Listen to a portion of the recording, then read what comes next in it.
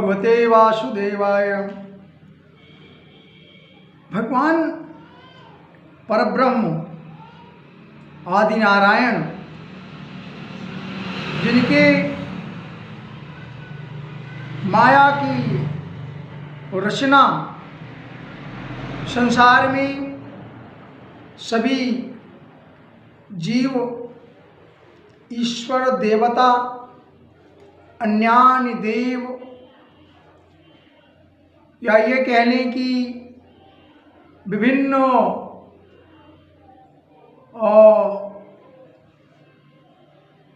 अधिष्ठान के देवता, जैसे कोई बारिश का देवता, कोई प्रकाश, कोई अग्निदेव, सारी व्यवस्था कह सकते हैं कि department of the different things. तो आज सब लोगों को यह अपनी स्वभाव में उतर गया है कि भगवान की जो सृष्टि है, जो माया है, जो उनकी रचना है, उनमें केवल एक परब्रह्म परमात्मा आदि नारायण परम पुरुष को छोड़कर बाकी सब उनकी सृष्टि है, सब उनकी रचना है। और उस रचना में हम समय समय पर अपनी आवश्यकता अनुसार देवताओं को भजते हैं, पूजते हैं, अपनी कामना के अनुसार ऐसी पूजा पाठ करते हैं। अब बात आती है कि हम सकाम कर्म तो करते हैं, हर आदमी सभी पूजा पाठ में लिप्त मनुष्य, आप ये कह लें 99% या 98% केवल ऐसी पूजा होती है जिसके पीछे कुछ न कुछ हमारा उद्देश्य छुपा रहता है, कुछ निहितार्थ रहता है।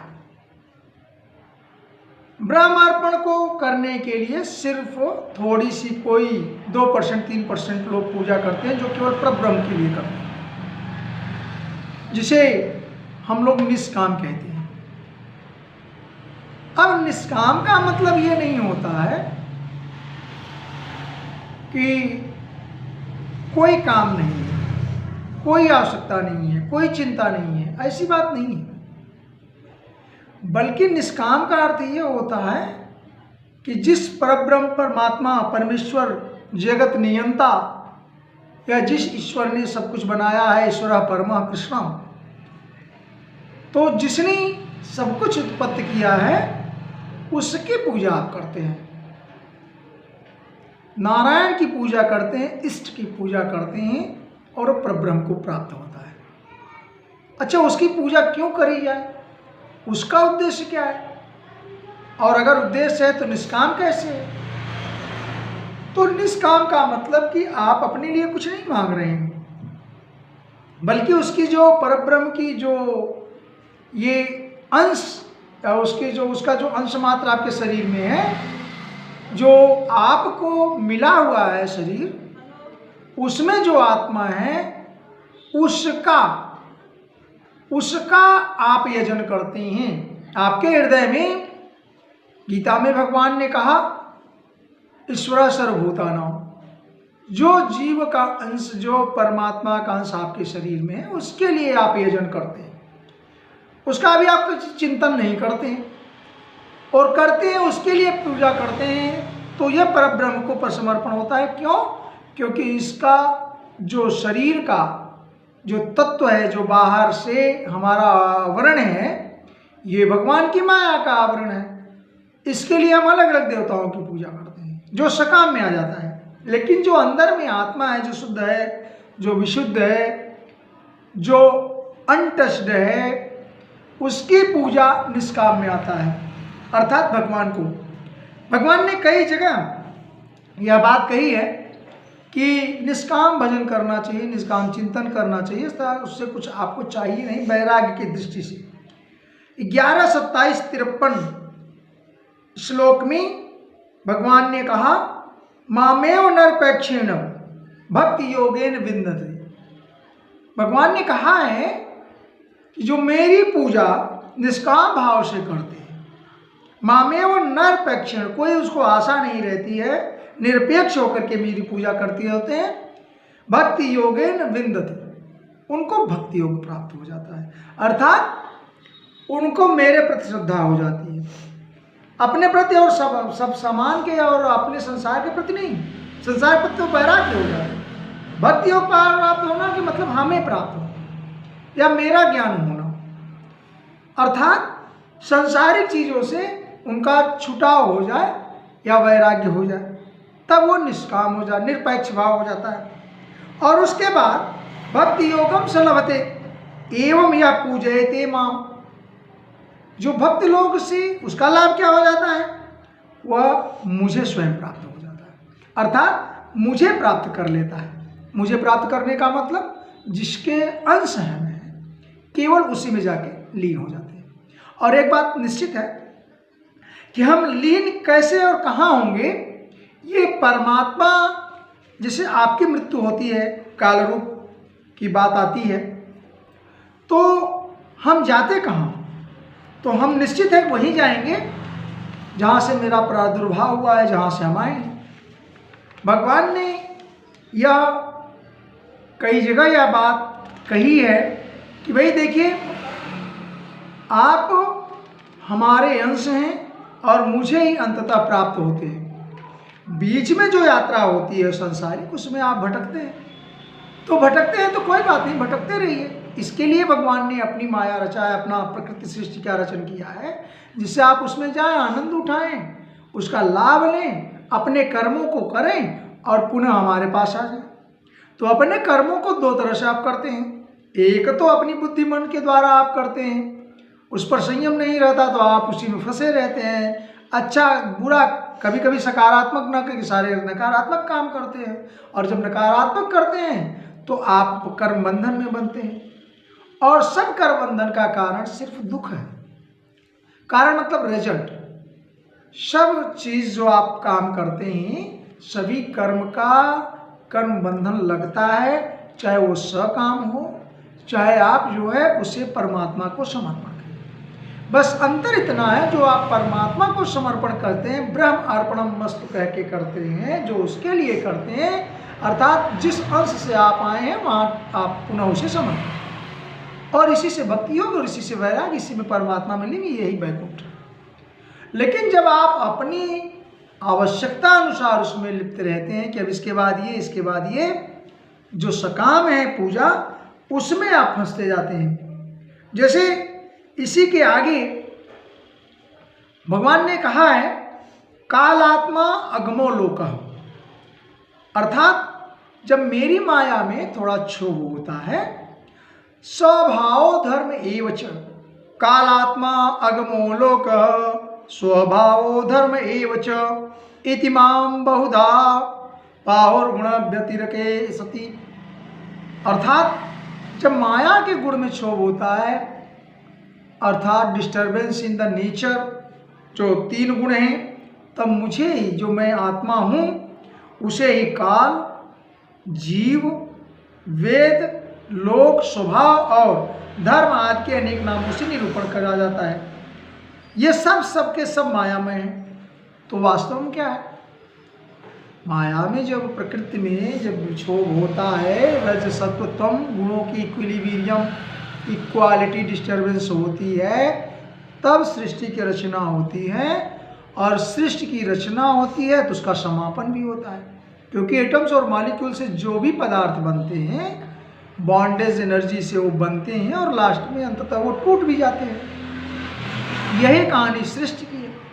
सृष्टि बनती है प्राकृतिक नेचुरल, या ये कह दें नेचर के विक्षोभ, या ये कह दें गुणों में जो प्रॉपर्टीज में डिस्टर्बेंस, इम्बैलेंस हो जाता है, तो सृष्टि की रचना शुरू होती है। और एक जगह अंत में, कालांतर में अंततः वह सृष्टि नष्ट भी होती है। जैसे मान लीजिए यह बात भगवान ने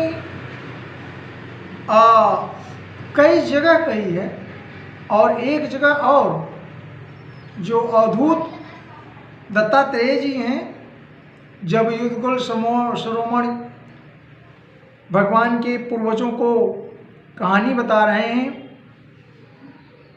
यदुनृप को। ऐसे समय में भी भगवान ने या भगवान के माध्यम से दत्तात्रेय, जैसे आप जानते हैं दत्तात्रेय कौन है, ये अत्रि मुनि और अनुसुईया के संसर्ग से उत्पन्न संसर्ग से नहीं, ये तो स्वतः भगवान की इच्छा के अनुसार, जैसा आपने सुना माता सती के तप का या पतिव्रता धर्म की परीक्षा में ये तीनों लोग उत्पन्न हो गए। वो कहानी एक अलग है। ब्रह्मा विष्णु महेश तीनों जो बालक रूप बन जाते हैं तो दत्तात्रेय का अवतार बनता है। तो ये दत्तात्रेय श्लोक में कहते हैं कि भगवान की इच्छा से, अर्थात ये कह लें कि जो ईश्वर है वो जैसे मकड़ी जाला बुनती है और पूरे फैलाव में विस्तार करती है और अंततः उस मकड़ी के जाले को स्वयं अपने पेट में भक्षण कर लेती है, ऐसे है सृष्टि के उत्पन्न करता परब्रह्म परमात्मा। अर्थात भगवान जो सृष्टि बनाया है उन्होंने उसे रचने के पश्चात काल रूप में पुनः उसे ग्रहण कर लेते हैं, ऐसा भगवान ने कहा है। या भगवान के कहने के अलावा दत्तात्रेय ने यह बात कही है। हमारे पास इसके बाद भी कुछ श्लोक ऐसे हैं जिससे सकाम कर्मों में मनाही करी गई है, लेकिन हम सभी संसारवासी को अपने अपने कार्यों की आवश्यकता है, अपने अपने भरण पोषण की जरूरत है, इसीलिए सृष्टि में हम उपस्थित हैं और विभिन्न कर्म करते रहते हैं। एक लाभ की बात ये आती है कि भाई तत्काल लाभ मिलता है, शीघ्र लाभ चाहते हैं, कामना की पूर्ति चाहते हैं और कामनाओं की पूर्ति के लिए आप विभिन्न प्रकार के देवताओं के आह्वान करते हैं, उनका पूजन करते हैं, उनका वंदन करते हैं, यज्ञ करते हैं, हवन करते हैं। For what? कि विल गेट समथिंग, उसका आप रिवार्ड चाहते हैं। भगवान ने कहा अगर आप रिवार्ड चाहते हैं तो देवताओं की पूजा करिए, क्योंकि उनके डिपार्टमेंट है। सरस्वती जी पूजा करिए, विद्या पाएंगे। लक्ष्मी की पूजा करें, धन पाएंगे। शंकर भगवान की पूजा करें, दौलत पाएंगे, वंश पाएंगे। इसी तरह से अलग अलग देवताओं की पूजा करने से आपको अलग अलग तात्क्षणिक लाभ मिलेगा। जैसे गीता के 4:12 में भगवान ने कह दिया कांगछन्तः कर्मणा सिद्धिम यजन्ति इह देवता। अगर आप, भगवान ने कहा मनुष्य लोक में कर्मों के फल चाहने वाले लोग देवताओं का पूजन किया करते हैं। क्षिप्रम ही मानुषे लोके, क्योंकि उन कर्मों से उन्हें उत्पन्न होने वाला सारा लाभ वो सिद्ध और शीघ्र।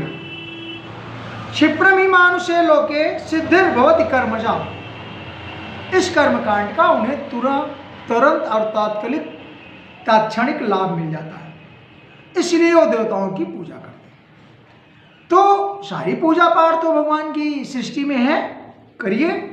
और देवताओं को भी भगवान ने बनाया, उन्होंने उत्पन्न किया। तो जब सारा कुछ परमात्मा ने रचा तो आप करिए।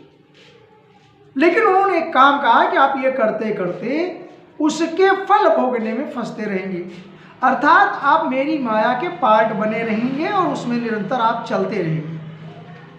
तो भाई ठीक है, आप चलते रहेंगे, आनंद रहेंगे, लेकिन इससे लाभ लेने के लिए, इससे मुक्ति प्राप्त करने के लिए कि भाई आप बहुत हो गया, सृष्टि के पार्ट हम कई युगों तक रहे, अब हमें मुक्ति भी चाहिए।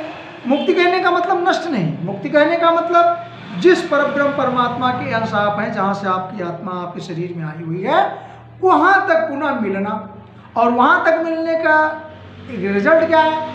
इक्वालिटी हो, फिर से प्राकृतिक गुणों में रज सत्व तम, इसमें इक्विलिब्रियम पैदा हो, इक्वालिटी हो जाए, क्षोभ खत्म हो जाए, जब क्षोभ खत्म हो जाएगा तब उस परब्रह्म में आप पुनः मिल जाएंगे और आपको पुनः भगवान प्राप्त हो जाएगा। लेकिन यह करना बहुत कठिन है, इसलिए स्वाध्याय, योग, तप, जप और निष्काम भक्ति, ये सारी चीजें या ये कह दें अलग अलग योग के रास्ते बताए गए। 11, 19, 18 में भगवान ने ये कहा कि भाई फिर विवेकी पुरुष को क्या चाहिए, कि कहते हैं कर्मणाम परिणामित्वा दिविश्चाद मंगलम, अर्थात विवेकी जो विद्वान है, जो विवेक वाला है, ऐसे पुरुष को क्या चाहिए कि जो स्वर्ग आदि से फल मिलते हैं, जो कर्म का फल मिलता है उससे स्वर्ग, भाई स्वर्ग भी क्या है, स्वर्ग है कर्म का फल। आपका पॉजिटिव सकारात्मक रिजल्ट अच्छा रहता है, अच्छा वर्क करते हैं, आपको स्वर्ग प्राप्त होता है। यज्ञ हवन करते हैं, स्वर्ग प्राप्त होता है। कामना रखते हैं, सुंदर राजभोग करते हैं। इस तरह से कहते हैं, उन्होंने मना भी कर दिया कि जो विवेकी पुरुष है उसको अपने यज्ञ आदि जो कर्म करते हैं वो नश्वर है, ऐसा समझना चाहिए। भाई जो यज्ञ कर्म है, जो आहुतियाँ हैं, जो भगवान की पूजा है, जो विभिन्न देवताओं की पूजा है, वो हमको सकाम कर्म के लिए है, हमको कुछ उससे रिजल्ट मिलता है। कर्मण्येवाधिकारस्ते मा फलेषु, वो बात अलग है कि हम कर्म करते हैं, फल मिले ना नहीं मिले भगवान पर छोड़ देते हैं, बात तो एक भगवान ने कह दी है। लेकिन ऐसा होता नहीं, अगर आपने कर्म किया तो आपको फल मिलने का चांस ज़्यादा होता है, नहीं मिलने का बिल्कुल कम होता है। अब इसका मतलब यह है कि कर्म करें ही नहीं, ऐसा नहीं, कर्म करना है, लेकिन उससे आपको लालच नहीं रखनी। उससे आपको ये नहीं रखना है कि हमने अपनी खेती करी है, उसमें प्रोडक्शन हुआ और हुआ तो हम ये करेंगे, ऐसे जो गुंगेरी लाल की तरह सपने देखते रहेंगे, वो नहीं करना। अब वो हमको मिलेगा कि नहीं मिलेगा, उससे हम कितना लाभ लेंगे, उससे हम कितना भोजन करेंगे या लोगों को भोजन कराएंगे, ये सारी डिफरेंट बातें हैं। लेकिन एक बात उसके अंदर ये भी है कि अब आप क्या कर्म करना बंद कर देंगे? नहीं। सहजम कर्म कौन थे, गीता में आया कि आपको सहज और इंटेंसिव एग्जैक्ट वर्क करना है, every time continuous will have to perform the our duty. काम तो करना है, सनातन की ड्यूटी है। तो भगवान ने कहा कि लेकिन आप वैराग्य दृष्टि से ब्रह्म समर्पण करते हुए कर्म करें। 11, 19, 18 कर्मणा परिमाणित्वाद विरिंचद मंगलम विपश्रिन्नशरम पश्येद दृष्टमपि दृष्टवत, अर्थात कहते हैं स्वर्गादि फल को जो यज्ञ कर्म से प्राप्त हो रहे हैं उनका रिजल्ट आप न के बराबर समझें और ब्रह्मलोक पर्यंत चाहे जो आप प्राप्त कर लें, पूरा त्रिलोक पर विजय प्राप्त कर लें। कई कहानियाँ आपने पुराणों से लेते हुए आज तक सुनी होगी कि चाहे जितने बड़े राजा हों, चाहे त्रिलोक पर राज रहा हो, चाहे पृथ्वी पर अक्षुण राज रहा हो, चाहे पाताल लोक के राजा रहे, चाहे स्वर्ग लोक में रहे होंगे, एक न एक समय ये सारे चीज़ों का द एंड आता है, लास्ट पोजीशन आती है, अर्थात समापन आता है। इसलिए हमें आपको जो समाप्ति वाली चीज़ें हैं वह नहीं देखनी चाहिए। भगवान ने कहा जो विवेकी पुरुष हैं वो ये समझें कि जितने भी सकाम रिजल्ट मिलते हैं, स्वर्ग आदि ब्रह्मलोक कोई भी लोक आपको प्राप्त होता है, ये सारी चीज़ें आपको एक न एक दिन नीचे गिराएंगी, एक न एक दिन बटरेंगी और एक न एक दिन उसमें कमी आएगी, आपको दुख कष्ट होगा, क्योंकि ये सारी चीज़ें नाशवान है और इसमें कुछ नहीं मिलता है। क्योंकि काल की गति एक ऐसी गति है जो किसी को छोड़ता नहीं, और काल कौन है? स्वयं परब्रह्म पुरुष, परमात्मा। क्योंकि भगवान ने कहा कि मैं यमराज हूँ, मैं काल पुरुष हूँ, लेकिन वो किस लिए? वो सृष्टि के समापन के लिए और रचने के लिए उन्होंने ब्रह्मा को अपना रूप लिया, ब्रह्मा को पैदा किया, और कहने का मतलब संहार करने के लिए भगवान शंकर, पालन करने के लिए भगवान स्वयं विष्णु और उनकी माया। अर्थात सारी व्यवस्था सृष्टि में है, लेकिन अंततः सारी चीज़ों को सिकुड़ना है, इकट्ठी होनी है। ब्राह्मण ने, दत्तात्रेय जी ने एक बात कही 11:9-16 में, एको नारायणो देवा, कहते हैं केवल एक ही नारायण है, पूर्व सृष्टि स्वमाया, भगवान स्वयं से अपनी सृष्टि की रचना करते हैं। उनको किसी पदार्थ को खोजने की जरूरत नहीं है। क्यों नहीं भाई? कंकड़ पत्थर पहाड़ सारी चीज़ें, तो किसी चीज़ को उनको बनानी है, सृष्टि की रचना करनी है, इंसान बनाना है या 84 लोक में किसी जीव को बनाना है, पर्वत पहाड़ धरती बनानी है, पृथ्वी बनानी है, आकाश की रचना करनी, पेड़ पौधों को सृजन करना है, तो उन्हें किसी चीज़ की आवश्यकता नहीं होती। क्यों नहीं होती? क्योंकि सारी चीज़ उनसे उत्पन्न हुई है। क्योंकि जो एटॉमिक थ्योरी है, atom is the smallest particle of the matter, कोई संसार की कोई वस्तु ऐसी है ही नहीं जिसमें एटम परमाणु मॉलिक्यूल वो एटम से न बनी हो। और जब सब उसी से बनी हुई हैं तो भगवान को, परब्रह्म परमात्मा को हम लोग एटम और मॉलिक्यूल से अणु आत्मा सुना है। आपने ग्रंथों में पुराणों में देखा है, पढ़ा है, सुने। कहने का मतलब यह है कि जो स्मॉलेस्ट पार्टिकल से बिग बनता है और बिग से पुनः स्मॉल। तो भगवान ने, दत्तात्रेय ने 11 और 16 श्लोक, एको नारायणो देव पूर्व सृष्ट स्व माया, स्वयं की माया से उन्होंने सारी सृष्टि की रचना करी है। संहृत्य काल कलया कल्पांत हृदमीश्वरम, ऐसे परमात्मा काल के अंत में, काल्पांत में, काल कलया कल्पांत, काल के अंत में सृष्टि को पुनः समेट लेते हैं, अपने गर्भ में एकत्रित कर लेते हैं और पुनः सारी सृष्टि उनकी जो माया है पुनः उसमें समावित हो जाती है। इसलिए हम आप सभी को चाहिए कि इच्छा तो रखें, कर्म तो करें, लेकिन जो इच्छा है, जो आप सोचते हैं, जो चेतना है, जो भगवान के लिए होनी चाहिए, भगवान के पूजन के लिए, भगवान के भोजन के लिए, भगवान को रहने के लिए, भगवान की व्यवस्था के लिए, जिससे कि अब आप भक्ति में चले जाएं और भगवान को प्राप्त हो जाएं। कहने का मतलब मामेव निरपेक्षणी, निरपेक्ष भक्ति अर्थात आप वैराग्य दृष्टि से कर्म करें, but you have to perform your duty continuous without any if and but, कि भाई ये मिलना नहीं है, आशा नहीं है तो हम क्यों कर्म करें, ऐसा नहीं है। आपको निष्काम को ये समझना है कि वो निष्काम का मतलब बेकार नहीं, you have to perform your duty for that, for them और for those material from where we are originated, जहाँ से हम आए हैं उसके लिए कर्म करना है, और यही निष्काम भाव है। जय श्री कृष्ण।